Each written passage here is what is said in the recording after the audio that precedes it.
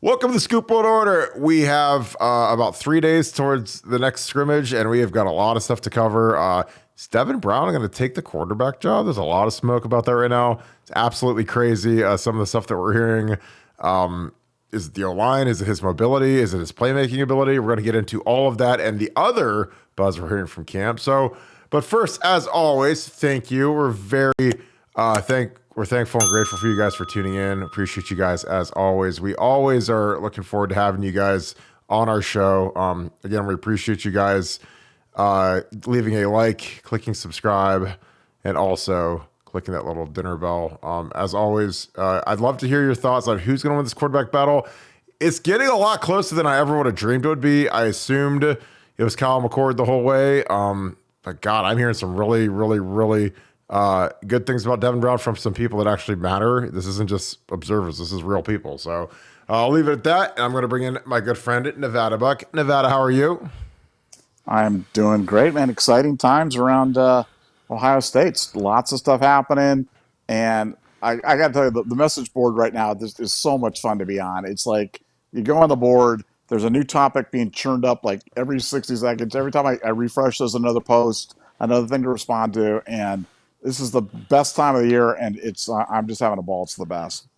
It really is. What's up to our regulars, Brass Tacks, Sue? I see all you guys in here. Appreciate you guys being in here every night. But no, I agree. Like the message board is absolutely on fire. If you guys have never been a part of a message board culture, like we run a nice, clean message board. It's a blast to be on. Tons of buzz, a lot of nuggets on expansion, a lot of nuggets on what's going on inside of camp. Been a lot of access in camp. We've had a lot of people inside camp seeing what's going on. Nevada, you've heard a lot. I've heard a lot. There's been a lot of access the last few days. What are some of the key takeaways from what you've heard inside the Woody Hayes the last couple of days of training camp? Well, we've talked about this kind of the shuffle that's been going on the offensive line. And, I think as a result, the helping technician, who's one of our insiders, had a great nugget. And, he made a really great point. It was a really, really smart point. He was talking about how, if you think about the essence of defense is really about creating chaos and blowing stuff up and causing disorganization. And so a defense can really thrive in a chaotic type of situation. But, an offense is about synchronicity and about coordination and about rhythm and about guys, operating in concert with each other. So when there's chaos on the offensive side, whether it be switching guys around, guys changing positions, guys moving in and out, like they've been having set up on this two-field setup, it really can really affect the offense. And so as a result, what you're seeing is a defense that we thought was going to be ahead is ahead, and an offense that was going to be behind is behind. And I think it's just kind of it's the nature of the beast in terms of the way they've kind of set up spring camp. They've talked about how spring camp's a little bit looser than it's been in years gone by, and it was interesting to me. I've always kind of envisioned spring camp as being kind of this Stalag 13 kind of grind, and apparently that's not the way that this one's being run. Ryan's kind of letting it off the gas a little bit there, and then we've got this quarterback situation where my position on this has been since day one. I thought that Kyle McCord was going to take the first snap, but that Devin Brown would probably take the last snap. And what that means is that at some point, I think Devin Brown's going to grab the starting job and not look back. And whether that happens early in the season, middle of the season, late in the season, or whatever the circumstances are, that's always been my position. That's an opinion. That's not, set in stone. That's not trying to diss either one of the guys or trying to say anything. But I think Devin Brown has got that little extra dimension that we need. And, I like I like the element that a running quarterback or a willing running quarterback can give you, especially when you've got a young, offensive line. I think that's just kind of an essential part, and I think that's the way it's going to happen. So I'm not buying the Devin's going to be named the starter over McCord. I think McCord's been there too long. He's too big of a team leader. He's been there for years waiting for a start. I don't think they're going to do that to him. Now, having said that, tomorrow morning they can announce that Devin Brown's the starter and all for naught. But I don't think that's going to happen. I think McCord's going to get the first snap, but I think there's going to be a very short leash, and I think ultimately Devin's going to be the guy because I think Devin's outperformed Kyle for during this fall camp. But I think it's not just a one practice thing. I think it's been a steady thing. I think Kyle's been responsible with the ball. but he's just not pushing the ball down the field. He's checking it down a lot, and I think Ryan wants to push the ball down the field a little bit more, take some of those deeper shots, and I think he likes what Devin can bring him, and ultimately that's going to carry the day. But I'm not in the camp that thinks it's going to be a first week thing. Now we'll see. Reserve the right to be wrong. Reserve the right to change my mind. But that's how I see the quarterback position. Yeah, I think Devin's just more talented. I think he's got it factor, moxie, whatever you want to call it. But the biggest thing he has is, again, I've showed this play multiple times on this show. They run this read option in the goal line. I know that we're not a big read option team anymore, but you're reading this guy right here, and he misses the read. He should give this here because the guy's static, but instead he pulls it, and even with the missed read, he just puts his foot in the ground and does this and breaks this guy's ankles and goes there. And like, that's special. Like, I'm sorry, but like when a guy can do that, that's so hard to defend against. And then this next play, this is kind of what it could look like this year. Again, we're not, and again, not denigrating the O-line this year, but they're not going to be as good as last year when we had Paris and Dewan. Paris and Dewan is probably the best pair of tackles we've had since Pace and Stringer. I freely admit that. I think they're fantastic. You see how good Dewan's on with the Browns. Paris balled out the other day for the Cardinals. Luke Whippler is going to make the Browns as well. So we're going to be a little more rickety and a little more roughshod on the O-line. So when the pocket breaks down, even though this is Utah football, this is not great football, but this is the stuff he's going to be dealing with. He's going to be dealing with guys getting beat. This is Jimmy, first time ever playing left tackle. He's never played left tackle in his life until 3 days ago. He said that. So can you do it in the duress? Like, this is duress right here, and he steps up, eyes downfield, makes a play. Now, do I want it to be rickety in the pocket? No. But when we play good teams, like real teams, and it's loud, it's going to happen. I'm just telling you, like, we're not going to be as good on the O-line as we were last year just because the talent isn't as high, because we lost 3 guys early to the draft. Like, we've had more attrition on the O-line than any team in the history of college football over the last 3 years. I mean, Nick Petit left early, Dewan left early, Paris left early, Luke Whippler left early. I've never seen anything like it, honestly. So, eventually, you're going to be playing some guys that don't have a lot of starts when you have all these guys that leave early. So I think the line can be very good. I think that our defensive line is probably a top 2 or 3 defensive line in the country. So, when there's people going to practice saying that they got worked over, I'm like, well, yeah, because they're playing against maybe the best defensive line in the country. It's usually probably us or Georgia. But I think that his mobility is going to be something that we're going to need when it's loud. We're on the road. You got a couple of tackles making their first career starts in loud environments. Like, that's hard to do. Even if you're Josh Fryer, I mean, Josh has been around the block for a long time, but he hasn't played a lot of football. I mean, he's been the extra tight end, and he played a game last year where he started for Dewan against Indiana. But it's just different when you go on the road in the Big Ten and you got to play at Notre Dame, you got to play at Wisconsin, at Michigan. You better have a quarterback that can make plays if it breaks down. And when we went up to Michigan, we had Troy, like, he saved our bacon a few times where he took off and ran. So I know what that does to a defense, and that's the element that I'm excited about with Devin Brown. There are people very high up in the Woody Hayes that think that Devin Brown could have a humongous year this year. So it's not just conjecture. It's not just smoke. It's not just clickbait. This is a real thing. And I'm actually really excited about it because it proves that it's a real competition. Because I've been around quarterback competitions that weren't real and they're a facade and they're kind of predetermined. But this doesn't feel like it. Now, I still think Kyle McCord is going to be the day one starter. But the way the schedule sets up with 3 Humpty Dumptys to start off with, Indiana, Youngstown, and Western Michigan or Western Kentucky, Devin Brown's going to get in, and he's going to get in early because we're probably going to be up by a bunch, or they're going to rotate in, and Devin Brown can get in there and tear it up. So that's going to be something that's going to be a little different. You're not going to be playing Notre Dame week 1 and sticking with whoever your quarterback is because you don't want to be doing the rotational thing in a big game. Like, we got 3 patsies to start off, so it's going to be interesting. Nevada, how do you see the first 3 games playing out before we head to South Bend? Do you think there's any chance they rotate snaps, or is it just going to be a straight up, McCord until it's a blowout and then Devin Brown goes in? No, I think it's definitely going to be it won't be a rotation. It won't be a 1-1-1-1, but it'll be, I think whoever the backup, and I'm just predicting it's going to be Brown, is going to have designated times when he's going to come. He's going to come in the third possession or the second possession of this time, and the third possession. They're going to have it all scripted out. They're going to have them ready. But I think they're not going to do the throw one guy in there and let the other guy just kind of pick up the scraps and scores 55-0. They're going to get him in when the game's still relatively close because they want to see what they have, and they have to see what they have. And I think it's a smart move. And the challenge is going to be, as you said, the first three games the teams we're playing are really going to be overmatched, and so it's going to be a defensive showing by Ohio State. So you're going to have to get it going pretty early because the games could get out of hand.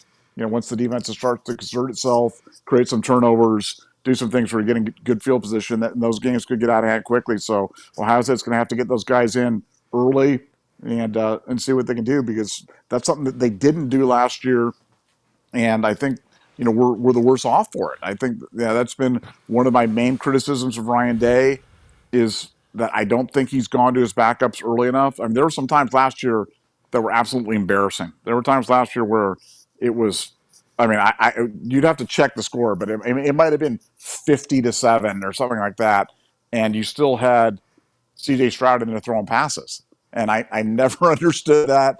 I will never understand that. I mean, I get it. I can get, he wants the stats. He wants to get him the Heisman. He wants to get him to New York, whatever it is. But I thought it was silly. And, I hope he doesn't replicate that mistake. I hope as a young coach, he's evolved and learned something from it because I'd sure like to have more information than what I have right now because the information that we have right now on McCord from what we've seen in games, from what we've seen in practice, from what we've seen in the spring, what we've seen this fall, it's just okay. It's fine. He's a game manager and it's fine.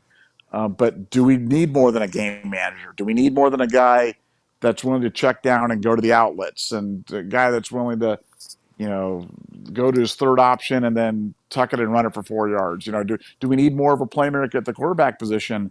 And Devin Brown's that. I mean, Devin Brown is a playmaker, and he's a guy that'll take some more chances, and he'll do some things, and he'll push the ball, and he'll run, and certainly more dynamic athletically. But will he be responsible when the games start for real? Will he be turning the ball over? Because ultimately, that's what's going to kill Ohio State this year. We're only going to go as far as our quarterback play takes us. I think every other position, including the O-line, is going to be fine. But we need to find the answer on the quarterback position. And is that answer a more inexperienced Devin Brown, who's a little bit more dynamic, or a more veteran, conservative, Kyle McCord, who may not have the upside of a Devin Brown? And I guess we're going to find out, and we'll know in 17 days. Yeah, and I really think the ability of the tackles to pass protect has got to factor into the decision. I'm telling you, Kyle McCord is not very mobile. Devin Brown can scoot, and that matters. Now, granted, like I said, the first three games we're not going to be tested really on the edge, or if we are, then we're really in trouble. But I think that's something that you have to take into account for is like if we can hold up on the edges, I think we'll be able to eventually. But again, compared to last year when you had Paris and Dewan, like those guys were shut down. Both gave up, I think, 1 or 2 sacks each on the season, which is phenomenal given how many attempts we had. So I mean, I think that could factor into it. I mean, I've been told Kyle McCord is a statue back there, and Devin Brown can get out of stuff and create a little bit. So that's going to be something that's going to be worth watching. I think that the line stuff has to stop. I don't know why they're doing this to these kids where they're switching guys that have played one position or a couple of positions during spring ball, and then they switch them all the way around. Like Tigra playing left tackle, I think makes absolutely no sense. I think he's a guard all the way, maybe a right tackle in a pinch. I just don't think he can pass protect enough to play right tackle proficiently. I think that moving Luke over to right doesn't make any sense to me either. I think I'd keep him at left. I'd maybe put George Rosen as the backup at right behind Josh Fryer. But it's been really strange the last 2 years how, like this time last year, Josh Fryer was the right tackle backup, Zen was the left tackle backup, and then you start camp and Zen's the starting right tackle, then he gets beat out, they move Josh to right tackle, and they put Jimmy at left tackle after he started off right tackle. Like, I'm getting confused just saying it out loud. Imagine having to be a player and they're flip-flopping all over the place, and like you have to block JT or Jack or Kenyatta or Caden Curry, who's really coming on and really doing well. and you don't know what side of the ball you're going to be on every time. Like, that's really hard to do. I mean, you guys can Google Tristan Wirfs is probably one of the 5 best tackles in the NFL. The Tampa Bay Buccaneers switched him from right tackle to left tackle this year. He's an Iowa kid, top 10 pick. Will probably be an $80 million extension tackle. And he had to see a psychiatrist about switching from right tackle to left tackle. And he's literally one of the best tackles in the NFL. He's all pro. He's a Pro Bowler. And they switched him sides. And it's that hard to do, ladies and gentlemen. And it's not hard for everybody, but it's hard for 95% of the players. It's hard to get down and switch your feet. And then, you go out to practice that day and you get absolutely bulldozed by JT or Jack or Kenyatta. And it's not good for these kids. I'm telling you, like, I disagree with it. I think you got to put some of these, especially the young guys, put them at one spot, let them be good at that, and then you can maybe mix it up, in the spring. I think that if you're going to do the changing around and all this craziness, like, do that in spring ball. I mean, spring ball, it doesn't matter. Like, you don't have to get a lineup set. You can, do science experiments with your rotations nonstop, but I don't know. They got to figure out an O-line quick. I think that it's going to be, they want Jimmy Simmons to win that left tackle job. You can tell, especially after they moved Luke, because I felt like Luke was his biggest competition at left tackle, or George Fitzpatrick. And those guys are both playing right tackle now. They're flip-flopping them all over the place. So I don't know who Jimmy's competition is. I mean, I can't imagine they're going to put Zen over there, but I think they're just trying to hand him the job, and they want Josh to play right tackle, which is where he should have been from the start. Like, he never looked comfortable at left tackle. He actually looked awful at left tackle in the spring game, so I don't know why they even tried him over there, but maybe he wanted to do it, or maybe they felt like he was the most veteran tackle so that they'd do it. But I could tell after watching a few snaps and watching some practice stuff that he just doesn't look comfortable over there. And he looks really comfortable at right tackle, so you might as well try someone else out there. Nevada, do you think that they'll shake out the line as the one I projected for game 1 versus Indiana, barring injury? I mean, I'd say yeah, but I mean, I don't want to really take anything with any certainty, because I got to be honest, I've never seen anything like what they're doing on the offensive line, and I don't understand it. Now, is this a Philbin influence? Is this because the direction is coming from Ryan Day. The direction is coming from Ryan Day. The direction is coming to the coaches, to the players. This is a Ryan Day direction. Now, where he's getting this from, I don't know. And so I haven't been able to source that out yet, but it's something coming from Ryan Day. They definitely want those guys stressed, and they definitely want to play them a different position. So I would imagine it would shake out that way, come game 1. But right now it's anybody's guess, and I think that's what's so confusing. I think you're spot on, though. They want Jimmy Simmons to be the left tackle. And I think Luke, I've always felt that Luke might take that job at some point. I said earlier on a podcast that I felt that if he ever got the shot, he might take the starting job and not give it up. But I've always saw him on the left side, not the right side. But we'll see what Ohio State's. I think we've got more right tackles that are natural guys that are on the right side that seem obvious that could fit in there. Luke, to me, seems like more of a classic left tackle type. But hey, we'll see. Best 5 are going to play. I guess they're going to try to find the best 5 by going through this kind of chaotic, stressful mishmash of guys throughout the fall camp. But I hope they lock it down here in the next few days and try to come up with some sort of a 2 deep that makes sense. But when they do, I would imagine it would go Simmons, Jackson, Hinsman, Jones. I'm still going with Fryer at right tackle, and we'll see how close that gets to be spot on. Yeah, and honestly, I could see some of those guys rotating on the O-line going into the season. Like, I could see Carson Hinsman. I think that they're trying to force him to win the job, but I don't think he's grabbing the baton and running with it. And Vic Cutler and him are kind of rotating with the ones right now. So it's really interesting. I mean, I could see that those both, like I said, when you play 3 patsies to start the season with Indiana and Youngstown State and Western Kentucky, like, you can rotate guys in earlier. You don't have to wait till you're up by 49 points before you put in the 2s. And if I'm Justin Fry, I'm rotating, Cutler and Hinsman, at center, maybe every 3 series or so, just to see what they can both do. Because I'm not convinced either of them have really grabbed the baton yet. And the tackles, literally all it's going to come down to is pass protection. The guards are locked in. It's done. It's over.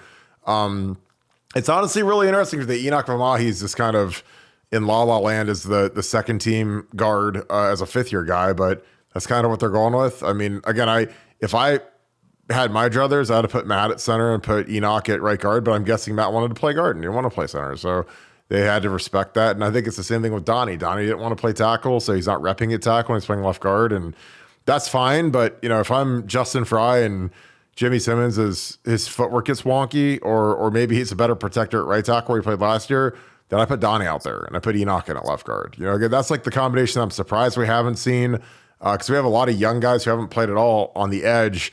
And that's terrifying to me, because I'm telling you, like, tackle is a million times harder than guard. You have less help and you're playing better athletes, so there's less space. But it'll be interesting to see how that all shakes out.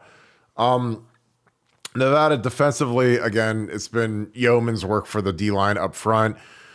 Caden Curry is getting a ton of buzz. He's a guy that is really coming on. First Step is back, it seems, after he's cut weight after gaining weight last year.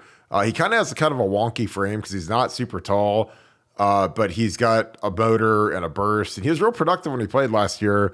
Between him and Kenyatta, who do you think is more productive out of the two? Obviously, Kenyatta's had a lot of splash plays, but I think his knock is inconsistency. Throughout camp, he'll do the big splash play, the big sack, and then he'll mess up a couple plays in a row, is what I've been told. Caden, steadier, but he's got an explosive first step. Like, the explosion is back in Caden. What do you project from the second crew? Caden's been trying to D-tackle too, which I don't think he can hang in there, because I think he's only about 260. He's going to get rocked if he goes down to D-tackle. But what do you project from the second team D-line and maybe some of the reserves? Because we saw our boy Cody Simon made the silver bullet of the day a few days ago. He's a guy that I've loved for years. He's a 4.5 flat guy, and he's had major shoulder issues, and he's been stuck behind Tommy and Steele. But I think him and CJ are as good as any linebackers in the country. And definitely the two best backup linebackers in the country. But what do you see from some of the depth pieces on the defense? Yeah, well, I think this fall camp they've been really emphasizing resting a lot of the veterans, whether that's the whatever 1,000 play club, 10,000 play club, million minute club, whatever the heck it is. But they've been doing a good job of Mile High Club, whatever it was. I got a great story about that. So I'll tell you a great story about that. So, oh God, yeah, good times. But no, I think with I think they've been doing a good job of rotating the younger guys, and I think as a result, as you went right to four guys. It'd be my four guys with guys like Cody Simon, C.J. Hicks, and Caden and Kenyatta. We've got guys that can play, and I've been saying. And I was one of the lone voices saying this. I think people are kind of picking up the refrain now. I'm like, the defense is going to be the strength of the team. And I know that we had all the let's fire Knowles, the $2 million man stuff. Well, that stuff's going to stop, man, because the defense is good. This is a very, very good Ohio State defense. And, as you mentioned, when you've got backups that can play on top of your frontline guys, that just, one, it increases your competition in practice. Two, it gives you flexibility in the games to be able to move guys in there. Three, it protects you against problems with injury or with other, illness or sickness or just bad play or whatever it might be. But we got a lot of guys that can play. And, I think we've got, they've done such a great job with bringing in guys like Davison, guys like Jihad, from the portal that are not just portal guys, but high impact portal guys. And that's really to their credit, because you think about that, that's two starters out of your 11. And, it's over 20% of your defense right there, 18% of your defense, 19% of your defense that you've got out of the portal. And so, no, I think the young guys are really going to – I think what you're going to see with this defense this year is when they go to the backups, you're not going to see – normally you can watch it when the Ohio State goes to the backups, the defensive play kind of drops off precipitously. And if you're betting the under, then you start holding your breath because you see the other team marching down the field and stuff like that. I don't think you're going to see that this year. I think the defense is going to be pretty stout, certainly up on the first part of the defense. But I think the second team is really good, really, really talented. We've been saying this all along. This is a very, very deep Ohio State team. They've got a lot of flexibility. They've got a lot of different options. They can bring it to you in a lot of different ways. They've been working a lot of different sets. They've been working with these 3 down lineman sets and bringing kind of the 2 stand-up guys off the edge. They've been working with the traditional 4. But, they can get pressure with 4. They don't need to blitz. And that means you bring in 3 defensive linemen, you bring in a Sonny Styles off the edge, or you bring a C.J. Hicks off the edge, you bring a Cody Simon who's a really really adept blitzer. They've got some guys that can get it done, and I think the defense is going to be the story of this year, and it's going to be fun to watch. And that's the thing that I'm most excited about seeing is watching the return of the Silver Bullets, and it happens in 2023. Yeah, I really think it's critical to get guys like C.J. Hicks and Cody Simon in these games early. Maybe not Indiana, but those next 2, man, you got to get those guys in early. I think Tommy and Steele obviously are going to have fantastic years. I think Tommy could be, the Butkus Award winner. But, I think that CJ has a gear that those guys frankly don't have, and it's something that you need to use him as an attacking weapon on your defense. I'm really nervous about Tyleek. Tyleek has missed a lot of time. Tyleek is a weight guy in terms of he can blow up fast and gain weight fast. And, when weight guys get injuries, it's really tough because I'm telling you, when you can't work out, when you have a leg injury and they're just trying to get, keep you fit, I'm sure they've got him on a pretty strict diet, but, he needs conditioning. And I'm telling you, there's nothing that gets you in shape for playing football games other than practicing football. You can run a lot of wind sprints, but you got to get in the groove of these games. You got to be in these scrimmages. You got to get kind of calloused, I guess. You beat up a little bit.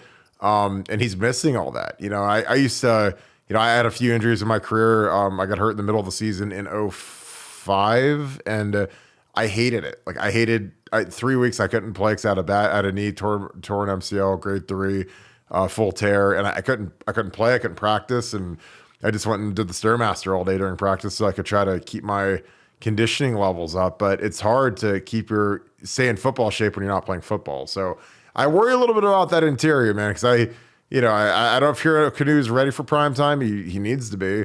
But when I hear they're putting Caden Curry in at D tackle, man, I'm like, man, he's a little runt, and he's going to get rocked if he goes down there with the big dogs, because you're down there in that 3 technique spot, man. You're going to get rocked by a tackle, a guard, bigger, heavier guys usually on the interior. He's more of an edge guy, but I think that with the depth issues, man, they're trying to figure out what's the best position for guys, and where do you put guys where you can get the most pass rush? Because if Caden can win against a guard, great, there's a role for him. Because I think that one of the biggest things that they're trying to get is more pressure on the quarterback and more hands on footballs. And they're getting their hands on footballs. Kyle McCord threw at least 2 interceptions on Monday. And they were bad interceptions. They weren't like the DB went up and climbed the ladder and made some great play. They were bad picks. But that's encouraging considering the fact that our DBs or our corners had 0 picks last year. So these guys are starting to play the ball better. Obviously they're going against some of the best route runners in the country with Marvin and Emeka. Carnell Tate has just been absolutely phenomenal in camp. He's a guy that probably is going to end up being our number 3 wide receiver eventually. I'm sure that the ceremonial guy will be Julian Fleming. But I think Carnell's going to pass Jaden Julian by the middle to end of the season. I think his freshman year will end up being like, kind of like what Emeka and Marvin, turned into at that Rose Bowl. By the end of the year, they were like, as good as anybody in the country. And then it just kind of spawned into what they were last year. Nevada, are there any other? Yeah. Let me just say, I think you hit on a really good point. I want to make this point. We always try to emphasize in these podcasts, we're trying to give you something, a little bit of something that you don't get anywhere else, will make you a little bit smarter.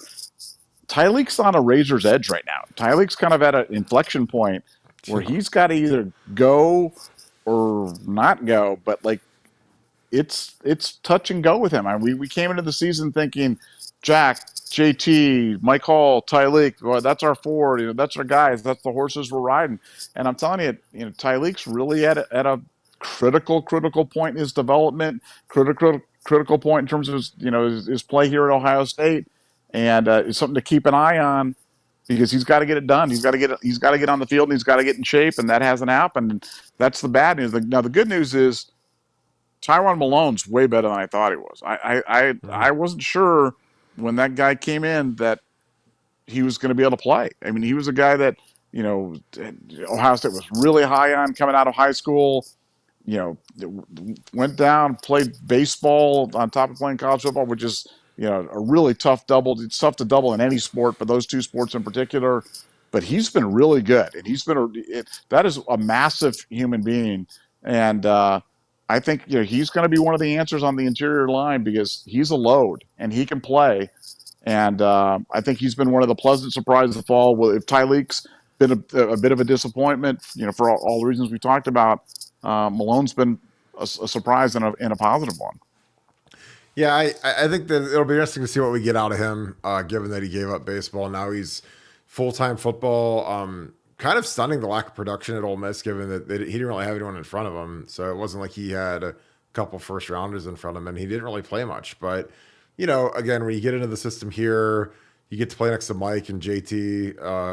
That makes your life a lot easier when you play next to Mike Hall, JT. Ty Hamilton is the ox. He's like the bell cow of the defense. I mean, he's a guy that he's always there. He's humongous, absolutely humongous. He's like Davon. I mean, Davon, you get $40 million extension with the Jaguars, and Ty's gonna be the same guy. Like they'll never be all buzzed up about him like they are JT or Jack or Tommy or Marvin Harrison, but he's gonna be one of these guys. He'll get drafted in like the second or third round.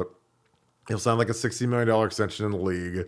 And you'll be like, wow, that guy played at Ohio State. Like Draymond was really good here, and like nobody really cared. And then he's one of the highest paid free agents this past year. That's what Ty's going to be. And again, Ty is kind of the opposite of Tyleek, which is kind of funny because they have like the same name, for a nickname or whatever, Ty. But Ty is he's there every day, hardest worker on the team, absolutely impeccable fitness. Just a war daddy, a guy that you love having guys like that on your team, guys that you don't have to worry about. They're never late to anything. They do everything the right way, and they're just grinders. They're just tough. They're tone setters. And Tyleek's the guy who's got the ability to be a top 15 pick, but he just doesn't have the mentality yet. And he's not a young guy anymore. He's a true junior now. So it's not like he's a freshman and, he's just old, whatever. He's got to get rolling. And, when you get these little nagging injuries, when you're not established, if you're Marvin or you're Jack Sawyer, someone you get a little nagging injury, they can hold you out. But when you're Tyleek and you're really not established yet, other than your name and your hype, like you got to go fight and play through that, as best you can. And I think that's something that's frustrating to the coaches is, when guys don't take their conditioning as seriously as they need to, and they get these little nagging injuries, then it's like, oh, here we go again, So that's just kind of the real stuff that goes on behind the scenes. I've sat in those staff meetings. I've listened to the medical reports. I know how the coaches react. You can have the exact same, if a guy strains a hamstring and one guy's Marvin Harrison and another guy's the guy who hasn't played, isn't a player or is young or whatever, like there's two totally different reactions, and that's how it should be. Like Marvin Harrison, if he strains his hamstring, he's not practicing until we take the field in Bloomington. He might even practice that week. He'll just take the field that Saturday.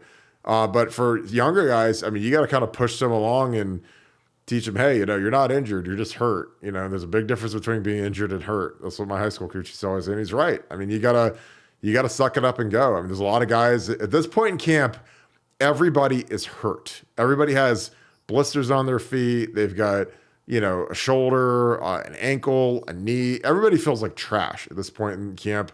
They can't wait for camp to be over, but it's here and it's a necessary evil.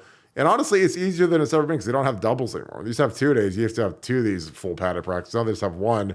So he's kind of got to suck it up and go. And I think that not having 2 days is a huge, it's something that really hurts Tyleek because he can't catch up because like every day he misses, like there's so many fewer practices than there used to be. Like, so when you're missing them, man, you're missing a lot of work. So hopefully he can get back and get something done in the scrimmage, but the sand is falling out of the hourglass and we need him. Like you need depth in the Big Ten.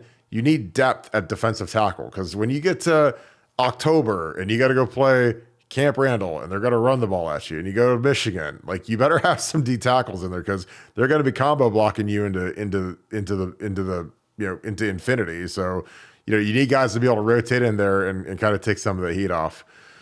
Nevada, any other guys of mention? Like I said, I'm really excited about the corners too. Like I think Davison Benosa is going to be fantastic. Again, he's not scared of anything. He's a dog. He's a guy that The people I talk to, they love him. They think he's a great kid. He assimilated right into the group. He worked really hard. That's really all I really want to hear from a guy, is that that's how he was. He wasn't kind of a turd when he showed up. But what are your thoughts on some of the corners right now? Because Denzel looks great too. I mean, I had someone say he looks absolutely fantastic. He's not hurt, jacked up. You know, it's funny. These guys all get jacked when they're draft eligible. They start eating better and working out more and hitting the cold tub a little bit. So, what are your thoughts on the corners? Well, Denzel and I mean Jordan Hancock. Jordan Hancock has been absolutely superb, and it's been something we've all been waiting for. Guy is super highly regarded coming out of high school, and just hadn't been able to put it together. Hadn't been able to, even when he had his moments, looked a little lost out there. Boy, he doesn't look lost anymore. I mean, he looks like he's got it figured out. And when you do that, when you've got options at cornerback, it just enables you to do so many different things with your defense. And these guys are going up against the best wide receiver group in the country. I mean, we're talking about young wide receivers, and I mean, Carnell Tate and Brandon Ennis on top of the absurd talent that we already had, and Noah Rogers. I mean, just you could just go on and on. I mean, you're as a defensive back, you're just forced to get better, because every guy that you go up against, every rep, the first guy, the second guy, the third guy, the fourth guy, they're all just superb route runners. And I think that's one of the hidden benefits of having this obscene run of recruiting talent that we're getting at the wide receiver room, is that the defensive backs are just forced to kind of either step up or step out, because you're going up against the best every single day in practice, and it's just forcing you to be better. Who are your two starting cornerbacks? I want you guys in the chat to type in who are going to be your two starting corners. I'll go Denzel. I really want to go Hancock. I'd rather go Davison Igbinosun, so I'm going to go Denzel Igbinosun. I think it'll be Denzel Hancock, but I'd like it to be Denzel Igbinosun just because I like Davison's game. Who are you going with, Nevada? Yeah, I got Denzel Hancock, and I think they like Davison in the slot more, and that's almost a base set for them. So I think he's gonna be out there a lot, and I think people get taught too much up on the designations about slot and boundary and weak side, strong side, adjusters. I think it's, man, just find the best 11, put them out there. It's all going to be situational anyway. And a guy like Davison, who's so good against the run, so good against the pass, real physical presence, a real willing tackler, just gives you so many options on your defense. I think he's going to be out there a lot, and we're going to need all the defensive backs to be good, because it's a long season and you got to cover a lot of guys. And I think just a huge acquisition. So he's going to help a lot. Yeah, it's really interesting to see how much depth there is and how much competition there is at corner. So I think let me see. So this is a question. This is what I would do. David, I'm glad you asked this question. He said, Kirk, do you see a bigger commitment to the run game earlier in the season? If I was the offensive coordinator, I would absolutely run the crap out of the ball to start the season. And I know that everyone's going to roll their eyes because we have Marvin and Emeka. But I'm just telling you, man, I've been an offensive lineman. I've coached offensive linemen. I know the best way to get confidence going in offensive linemen is to run the football. Make it 2nd and 3. Make it 2nd and 4. Make it 2nd and 5. Come off the ball. Let these guys get a little bit of fervor. Let them get a little bit of confidence. Like when you pass block all day, you're not really setting the tone like you do in the running game. And I'm telling you, like for some of these guys that are going to have butterflies that are the size of dinosaurs in them, like let them come off the ball and run the ball a little bit. Let Trey get hit a few times. Let him get his legs going. I mean, Trey ripped off like a 70-yard run in the scrimmage during the scrimmage setting. It wasn't really like a scrimmage on Saturday. And that was great. I was like, that's awesome for Trey. And obviously, we gashed the defense at some point and he split safety somewhere, so he was able to get to the crib. But I think coming off the ball and running the ball is a great way to get the confidence. Because I feel just from the interviews, the confidence on the O-line isn't high right now. I think that these guys are a little shook up just because they're playing, 8 different positions and there's no chemistry or symmetry to what they're doing, and it's confusing to these guys. So I think once they finally settle on a 5, we got to build these guys up a little bit and get them confident before they go to South Bend. And that's what I would do. Now, again, I know that we're the chuck and duck offense and we're going to throw it 75 times a game because that's just what we do. But that doesn't help the O-line out, and when you have, and it's a lot easier to do it, frankly, when you have Paris and Dewan as your two tackles. When you got two guys that are brand new, I wouldn't be dropping back there, having them pass protect 40 times a game. Because it only takes one or two bad ones and you give up one or two sacks and then their confidence is completely shot. So that's my opinion. I think coming off the rock and blocking and, I'd love to see more double teams. I'd love to see more power. I know we won't do that. We'll be doing stretch and the like, but it's just my opinion as to what I would do. Nevada, what would you do if you were the offensive coordinator? That's kind of I know you'd probably just run 4 verticals every play, like in Madden or looky or whatever. What's the play on Madden that Funky runs with Lamar Jackson over and over again? Peak zone bubble or peak bubble funky or whatever. Yeah, whatever the heck that is. But no. Here's what I would do. This is a serious answer to what you're saying because it's a little bit of a twist on what you're saying. Like when Ohio State comes out, and lately when we come out, when we're like, okay, let's come out, let's establish the run, right? We go the 2 tight end look. We bring in the guy. We kind of point. Justin Fry points. We're going to run right here, and his daughter stands up in the stand and goes, "My daddy's going to run right there over that side." And then we run into a brick wall, and then now it's 2nd down and 11, and everybody's complaining about the offensive line or whatever it is. It's like, how about run a little deception? You know what I'm saying? Like line up in your 2 tight end look or whatever it is, do the thing, and then fake the run and have the quarterback bootleg out the backside with a little, release pass to the tight end or just run around there. Do something to constrain the guys to begin with and then start running and punch them in there. But don't just do the obvious, we're going to tell you where we're going. We're going to run into the walled city thing. And because that annoys the heck out of me. The running into the walled cities thing annoys the heck out of me because it makes the offensive line look bad. It makes the quarterback look bad. It makes the running backs look bad. It makes everybody look bad. And it seems like some sort of bizarre test of manhood when you could just like make it really simple with, hey, let's run some bootleg action off of that. And if they commit everybody to the point attack, the guy's going to come out the backside and run for 25 yards, and shame on them for doing it. And I'll do it a second time again just to make sure they saw it so that they don't do it again. And that's what I would do as an offensive coordinator. I'd be heavy on deception. I'd be heavy on constraint. And I wouldn't be doing my daddy's going to run behind the right guard stuff because I think that stuff went out in 1974 and should never be seen again. And anybody that ever says that in a press conference, introductory or not, should be immediately fired and dismissed from Ohio State. But that's my opinion.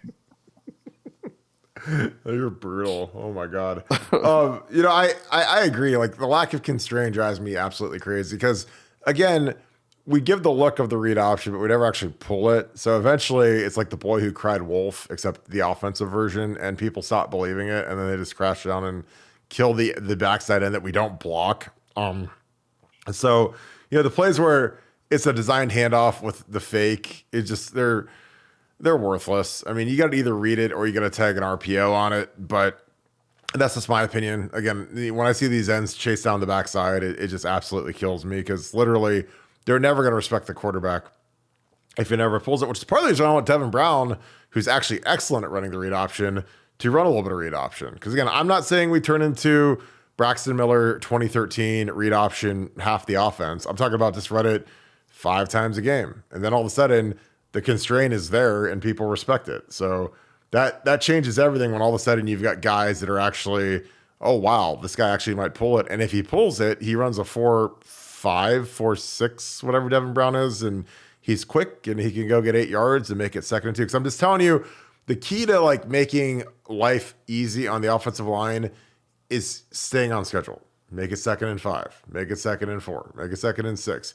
Don't make it 2nd and 10, 2nd and 12, 2nd and 15. Like that's where it gets hard. So you get to that 3rd and 15 and you're going to see some sort of exotic blitz, some sort of simulated pressure, or you're going to see games twist. The best pass rush here, the NASCAR package or whatever. So, when it's 3rd and 2, they can't get as exotic unless they want to risk getting creased by our running game. So again, I just love staying on schedule. I think that we've got the running backs to do it. I think you got to feed these running backs. You got to get them touches because we really don't throw to our backs as much as you think we would. So, I think with a guy like Trey's got to get 15 carries a game at least. So hopefully we'll get that for him. Well, We're going to wrap this show. Nevada, you have any parting shots? Devin Brown Smoke Edition to the people of Buckeye Scoop? No, I just think it's just like I said, real excited about where the defense stands right now. And I think the offense is just, I think the helping technician had come out and said, look, we're just going to have to be patient with the offense. The offense is going to be a work in progress. But we got to remember, we've got the best offensive line, or excuse me, the best running back room that we maybe have ever had. We've got the best wide receiver room that maybe we've ever had. We've got veteran tight ends galore. We just have one. We have one question. We have a question mark at the quarterback position, and we've got Kyle McCord, who's veteran. We know he's a veteran. He's 5-star kid. It's not like he hasn't played the position. And then you've got Devin Brown, who a lot of people had as the number one quarterback in the country come out of high school. So, and maybe he's Johnny Football, and maybe he's the guy that can go and just create mayhem and just burst onto the national scene and have upside and do things that we haven't seen in a long time. I'm excited to see it. That's, to me, the unknown is not the scary part. That's the exciting part of watching college football. And I think this quarterback thing is going to be, it is wide open. As you said, it's a true competition. It's not a coronation. It's something that where they're really, really going out there and slugging it out every day. And may the best man win, because we'll be the better for it. Couldn't agree more. I'm really excited to see who they go with, and hope it's Devin Brown. Honestly, I think that with his ability to scramble and move, it's going to be a huge add to the offense. So that being said, as always, thank you all of you for tuning in. As always, thank you to all the regulars. I see you guys in here. I got Sue. I got Mello. Appreciate you guys. You guys are the best. Always being in here. Thank you guys. If you enjoyed this content, please leave us a like. Please click subscribe and click on that little bell if you enjoy our live shows, and you'll get a little alert when we go live. So look forward to seeing you guys again tomorrow. We're going to keep cranking along. We're grinding through training camp just like we're on the team, like we're one of the players. So it's a lot easier when you don't have to actually practice. So I'm just going to say enjoy doing these shows with you guys. Appreciate all your great questions, all your feedback. If you guys want the greatest companion in the world other than Phil Seal's magazine, BuckeyeScoop.com. Our message board is absolutely crazy, on fire. It's a blast right now. We love doing it. We have such great content. We have amazing contributors. Good reports from inside the Woody. We got some crazy stuff coming. So I'm just telling you, like, if you guys like watching college football, like gambling on college football, pro football, it's the most active message board I've ever been a part of. It's probably the most active message board I've ever seen for a true premium community. So I'd love for you guys to join us on there. It's also a great gift. You got any anniversaries, birthdays, special someone, BuckeyeScoop.com. Appreciate you guys. As always, I hope you guys have a great rest of your day. Thank you, Buckeye Nation, and thank you, Scoop family. I'll talk to you guys tomorrow. Go Bucks.